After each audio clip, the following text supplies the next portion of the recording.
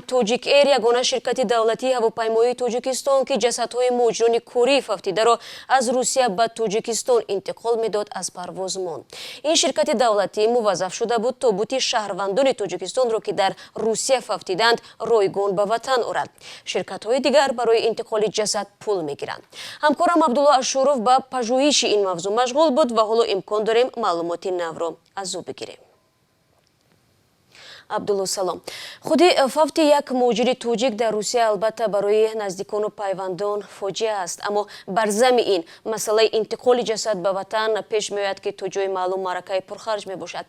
با از پرواز ماندن توجیک ایر این مسئولیت شرکت رو که قبلا توجیک ایر داشت کی بر دوش میگیرد؟ سلام شهلا. با از پرواز باز ماندن توجیک ایر قسمتی از پروازهای این شرکت رو حالا شرکت سومون ایر اجرا میکند. طور برخی از فعالان جمعیتی و رهبران سازمان‌های خیریه که در انتقال جسد مهاجران فوتیده به تاجیکستان کمک میکنند میگویند حالا شرکت سومون ایر جسدها را از شهر مسکو به تاجیکستان انتقال میدهد، ولی شرکت‌های دیگر از جمله شرکت‌های روسی که به تاجیکستان پرواز انجام میدهند برای انتقال جسد پول میگیرند.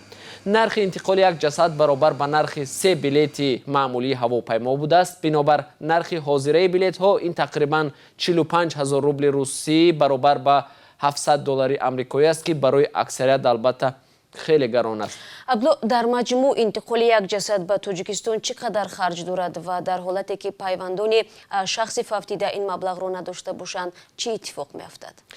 نخست در مورد نرخ انتقال جسدهای فوتیده شهلا، به گفته کارافتادگان نرخ انتقال یک جسد از 100 تا 150,000 روبل روسی خرج دارد. حامیان حقوق تاجیک در مسکو میگویند بیشترین خرج هنگام گرفتن جسد از سردخانه ها صورت میگیرد، چون سردخانه های روسیه خصوصا شهر مسکو برای به نزدیکان دادن یک جسد از 30 تا 50,000 روبل و گاه تا 80,000 طلب میکردند. بر ضمن این 20-30,000 روبل دیگر حق خدمت شرکت دفن و انتقال باید داده شود که جسد را آماده میکند و تابوت مخصوص جای میکند که تنها با این گونه تابوت شرکت ها آماده هستند جسد را انتقال دهند. آیا یگان آمار نیز هست که چه مقدار جسد در یک سال به تاجیکستان انتقال می‌یابد؟ بله شهلا، فعالان در شهر مسکو مثلا میگویند که تنها در یک هفته تقریبا از 3 تا 4 نفر را به تاجیکستان میفرستانند. طبق آمار رسمی در 9 ماه سال گذشته 85 نفر